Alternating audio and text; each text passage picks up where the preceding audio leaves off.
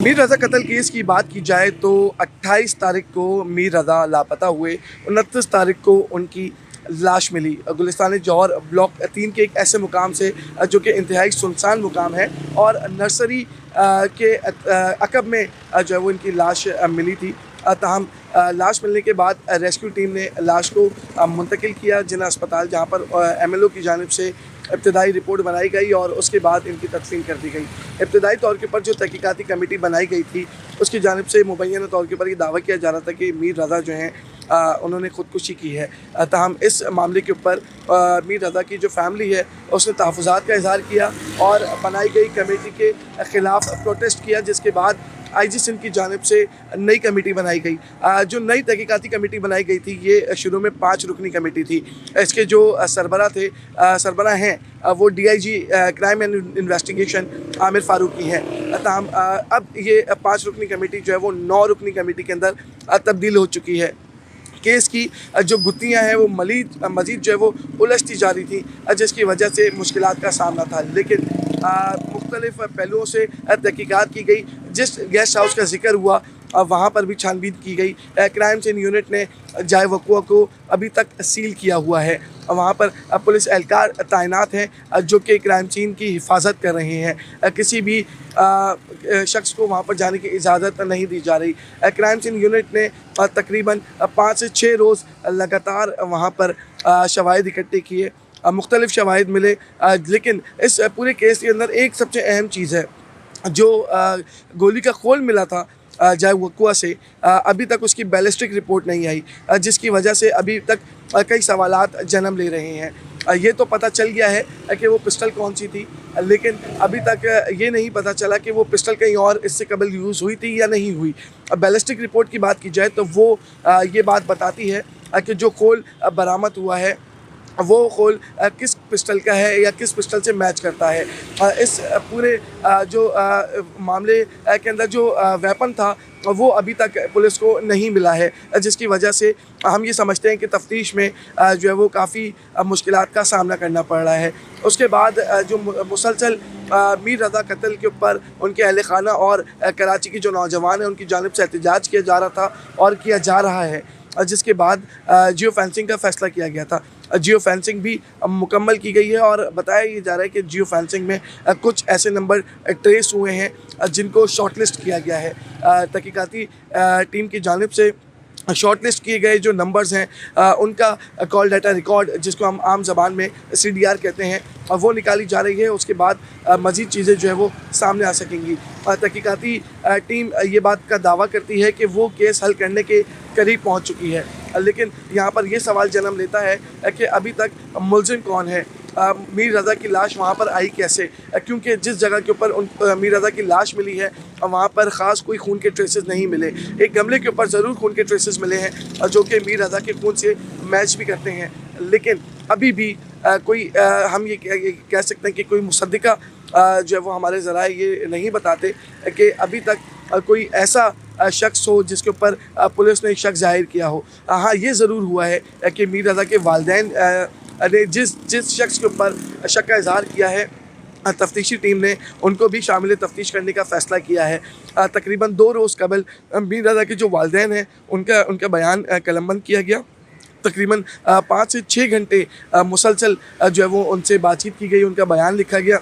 उसके बाद ये फ़ैसला किया गया कि मीर रज़ा के वालिद जिस शख्स के ऊपर शक का इज़हार कर रहे हैं उसको जो है वो शामिल तफ्तीश किया जाए। इस पूरे मामले के अंदर हमने ये देखा कि मीर रज़ा के जो बिज़नेस पार्टनर हैं वो मंज़िल आम से गायब थे, लेकिन अचानक से वो कोर्ट में आते हैं और ज़मानत की दरख्वास्त दायर करते हैं। ताहम इससे भी केस को जो है वो इन्वेस्टिगेशन को थोड़ी सी मुश्किल हो रही है कि अगर उसके पार्टनर जो है वो ऐसे केस में मुलव्वस नहीं है तो उसने क्यों ज़मानत के लिए दरख्वास्त दायर की। अब मुख्तलिफ़ पहलुओं से तहकीकात जारी है। तहकीकाती टीम की जानिब से जैसा मैंने पहले कहा कि वो दावा कर रही है कि हम केस हल करने के करीब पहुंच चुके हैं, लेकिन अभी तक ये बात कंफर्म नहीं हुई है कि वो जो खोल मिला था वो कौन से पिस्टल मतलब वो किस पिस्टल का था। मुख्तलिफ़ जो है वो चीज़ें सामने आ रही हैं और कहा जा रहा है कि मीर रज़ा कत्ल केस के जो मुल्ज़िमान हैं उनकी तलाश जारी है। जो कॉल डाटा रिकॉर्ड निकाला जा रहा है जियो फेंसिंग के बाद नंबरों का, उससे कुछ चीज़ें जो हैं वो सामने आ सकती हैं। मुख्तलिफ जो पहलू हैं वो देखे जा रहे हैं। तहकीकाती टीमें अपना काम जो है वो कर रही हैं। 9 रुकनी तहकीकाती टीम है। इसमें जो एसपी इन्वेस्टिगेशन कैस हैं, जो कि एसपी इन्वेस्टिगेशन कोरंगी हैं, उनको एनसीसीआई के तमाम तर जो मामलात हैं वो सौंपे गए हैं। वो इनके digital accounts, digital bank accounts वगैरह तमाम तर चीज़ें जो है वो देख रहे हैं एनसीसीआई की मदद से। इसके साथ साथ जो आई वॉच मिली थी उसको पहले डिकोड करने के लिए सीटीडी के हवाले किया गया था, फिर सीटीडी से लेकर एनसीसीआई के हवाले किया गया और अब एनसीसीआई से भी वो जो है वो आई वॉच वापस लेकर लाहौर भेजा जा रहा है फॉरेंसिक के लिए। तमाम मुख्तलिफ जो चीज़ें हैं वो आहिस्ता आहिस्ता करके सामने आ रही हैं और ये दावा करती दिखाई दे रही है। कराची पुलिस और तफ्तीशी टीम की कोशिश कर रहे हैं कि मुलज़मान तक जो है वो रसाई हासिल की जाए, उस तक पहुँचा जाए। और जो CDR निकाले जा रहे हैं वो बहुत अहम है।